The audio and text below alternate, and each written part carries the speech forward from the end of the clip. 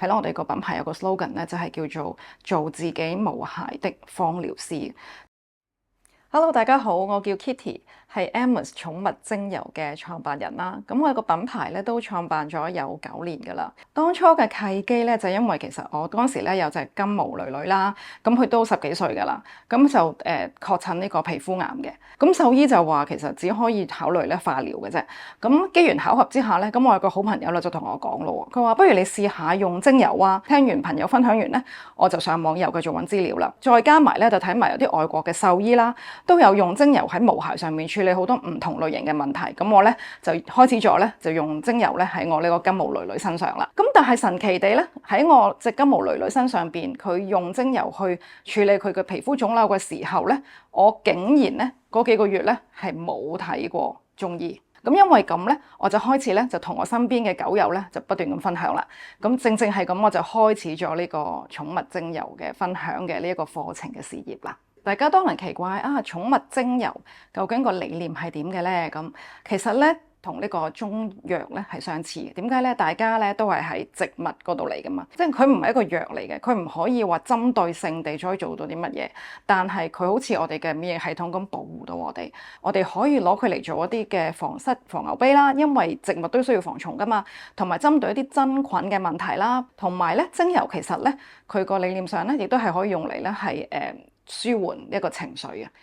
我哋咧其實都好希望透過我哋嘅芳療嘅課程啦，同埋呢個精油嘅應用啦，係傳達到一啲嘅 message 俾每一個毛孩嘅主人。係咯，我哋個品牌有個 slogan 咧，就係叫做自己無瑕的芳療師。咁我哋都希望啦，可以透過用精油啦，可以幫到毛孩同埋主人啦，去處理一啲好簡單嘅日常嘅護理嘅。咁年老嘅毛孩咧，佢哋會容易有肚風嘅問題啦。咁半夜可能咕嚕啊，咁個肚會唔舒服啊，我哋可以自己喺屋企去溝一啲嘅肚仔油啦，就可以俾佢舒緩到啦。咁呢啲都係我哋好想透過課程啦，透過一啲嘅教育啦，去令到毛孩嘅主人去明白到好多嘅時候，好多嘅情況，我哋都可以喺屋企幫佢處理咗先咯。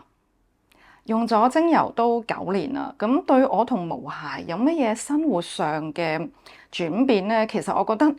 好多嘅時候已經係用到習慣到，譬如話佢哋出街啦，我會日日都會用，每一次出街都會用嘅防虱、防牛髀噴霧啦。返到屋企嘅時候，我亦會幫佢哋用呢個毛髮清潔噴霧做清潔啦。我未用精油之前咧，我已經咧係不斷好嘗試咧去揾一啲天然嘅用品去代替屋企嗰啲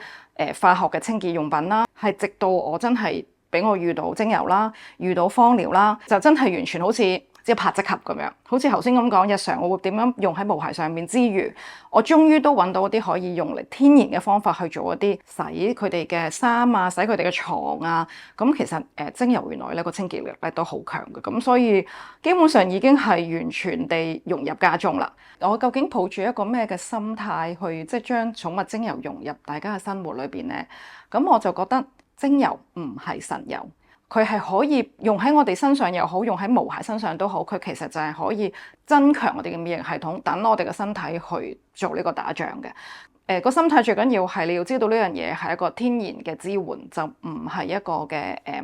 藥物嘅方面去即係去攻擊一啲嘅病菌啊、病毒啊咁樣啦。咁亦都咧神奇嘅就係咧，其實我哋當中好多嘅學員咧，佢哋當初嚟上堂啦，都係為咗毛孩嘅。咁慢慢咧，因為佢哋見到毛孩用得好嘛，咁主人咧就自然然咧，佢哋就會自己用喺自己度啦。